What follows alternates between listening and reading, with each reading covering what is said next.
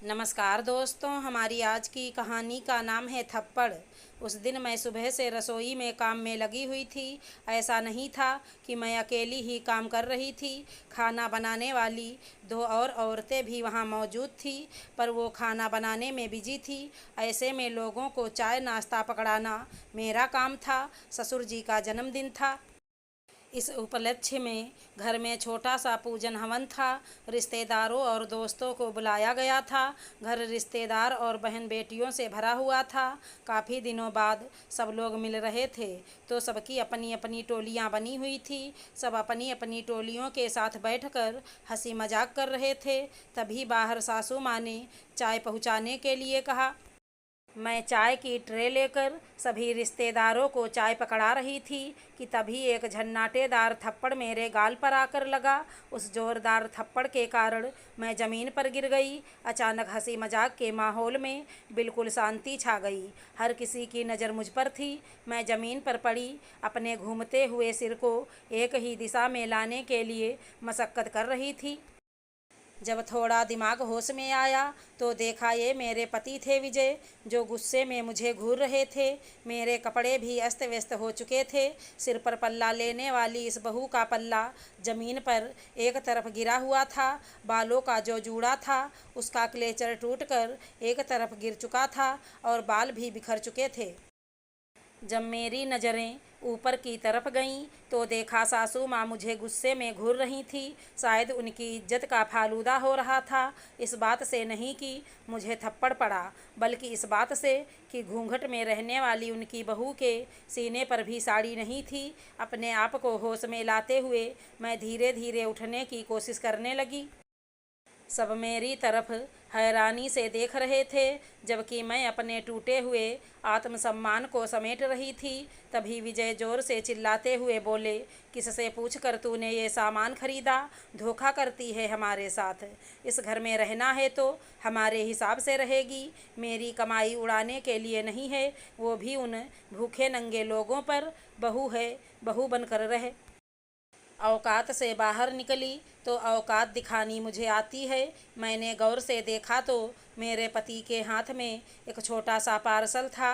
तभी याद आया कि अभी 2 दिन पहले मैंने अपनी बहन के लिए ईयरिंग्स ऑनलाइन बुक किए हैं, वो भी मात्र 150 रुपये के, क्योंकि आज उसका भी जन्मदिन था। तो सोचा था कि वो आएगी तो उसे गिफ्ट दूंगी, पर इन लोगों ने तो उन्हें भी नहीं बुलाया। आखिर बहू के मायके वाले जो ठहरे। मेरा मायका निम्न मध्यम वर्गीय परिवार है, जबकि मेरा ससुराल उच्च मध्यम वर्गीय परिवार में आता है। बस इसी चीज़ का गुमान है इन लोगों को। ये अलग बात है कि मेरी सुंदरता पर मोहित होकर खुद ये लोग रिश्ता लेकर हमारे घर आए थे।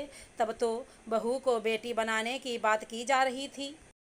मेरे पापा ने तो मना भी कर दिया था कि हमारी हैसियत नहीं आपके परिवार में हमारी बेटी ब्याहने की। लेकिन तब बड़े ऊंचे वादे किए थे इन लोगों ने। लेकिन अब ख्वाहिश पूरी हो गई तो वो मोह भी छूट गया। अब मेरे परिवार के लोग इन्हें भूखे नंगे नजर आते हैं और मैं घर की नौकरानी। दरअसल विजय एक जिद्दी और गुस्सैल इंसान था। इसी कारण से शादी नहीं हो रही थी, इसलिए एक गरीब घर की लड़की को ये लोग अपने घर की बहू बनाकर ले आए। पर शादी के बाद से आज तक मेरे मायके वालों को इन लोगों ने कभी किसी प्रोग्राम में नहीं बुलाया। तभी मेरी सासू माँ अपने बेटे की हरकत सही बताते हुए बोली, अब पति बेचारा क्या करे जब पत्नी ही उसकी भावनाओं को ना समझे तो। अरे जब उसे पसंद नहीं है तो क्यों खरीदती है ऑनलाइन? पैसे कोई पेड़ पर थोड़ी ना उगते हैं। ऊपर से जब रहना इसी घर में है तो क्यों याद करती अपने मायके वालों को। फिर मेरी तरफ बढ़ते हुए सासू माँ ने मेरा हाथ पकड़ा और मुझे अंदर कमरे में ले जाते हुए कहा, चल बहू अंदर चल, जाकर पहले कपड़े सही कर। बहुत काम पड़ा है। मन नफरत से भर उठा। यहाँ मेरे स्वाभिमान के टुकड़े टुकड़े हो गए और इस औरत को काम की पड़ी है, फिर भी कमी मुझ में ही निकाल रही है। अपने नालायक बेटे को कुछ नहीं कह रही। इतने सारे रिश्तेदार मौजूद हैं यहाँ, एक के मुँह से भी बोल नहीं फूट रहा। खैर मैं अंदर कमरे में आ गई, या शायद पहुँचा दी गई। पीछे पीछे मेरी ननद भी आ गई। मेरा हाथ मुंह धुलवा कर कपड़े बदलवा दिए। इतने में मेरे पति विजय ने अंदर आते हुए कहा, तुम जैसी औरतें यही डिजर्व करती है। आइंदा मुझसे पूछे बगैर कुछ भी किया तो देख लेना, पति हूँ तुम्हारा, याद रखना। ये कहकर वो तो बाहर चलते बने। पीछे से ननद ने भी तंज कसा, क्या भाभी, इतनी ऐशो आराम की ज़िंदगी रास नहीं आ रही है क्या आपको? और क्या फालतू का गिफ्ट खरीदना अपनी बहनों के लिए? उन्हें उनकी ज़िंदगी में मस्त रहने दो और आप अपनी ज़िंदगी में मस्त रहो। मुझे सलाह देकर वो मुझे अपने साथ बाहर लेकर आ गईं। मुझे बाहर आते ही सासू माँ ने मुझे काम पर लगा दिया। जा बहू, सबके लिए शरबत बना कर ले आ। सबसे पहले मैंने एक फ़ोन कॉल अपने पापा को किया। उसके बाद मैंने सबके लिए शरबत बनाया और बाहर सबको पकड़ाया भी। लेकिन मैं अपने पति विजय के पास शरबत देने नहीं गई। ये देखकर सासू माँ ने कहा, क्यों उकसा रही है उसे बेवजह? उसे भी शरबत दे आ।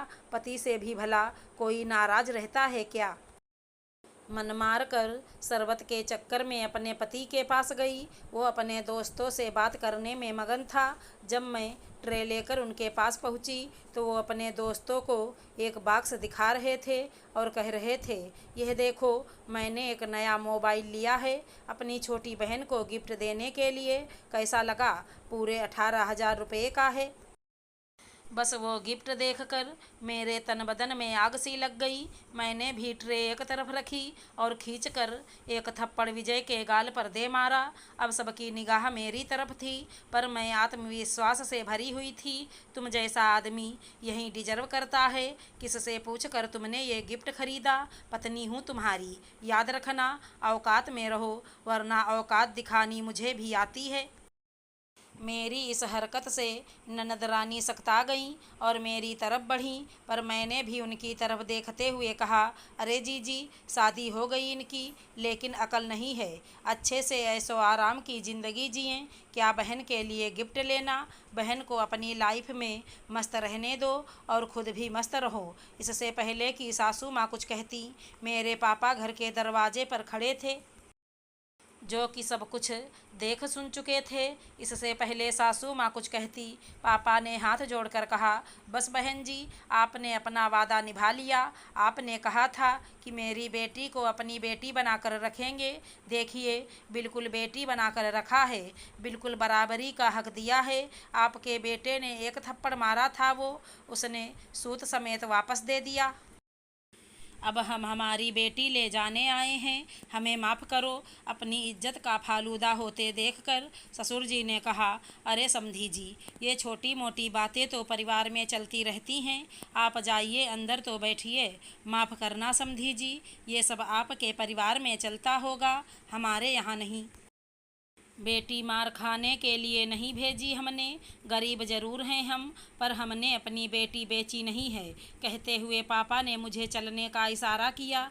मैं अंदर कमरे में गई और अपना सामान लेकर अपने आत्मविश्वास के साथ उस घर से रवाना हो गई। कुछ दिनों बाद हमारा तलाक हो गया और आज मैं स्वतंत्र हूँ, अपनी आगे की पढ़ाई पूरी कर रही हूँ। अगर हमारी कहानी पसंद आई हो तो चैनल को लाइक शेयर सब्सक्राइब करें। धन्यवाद दोस्तों।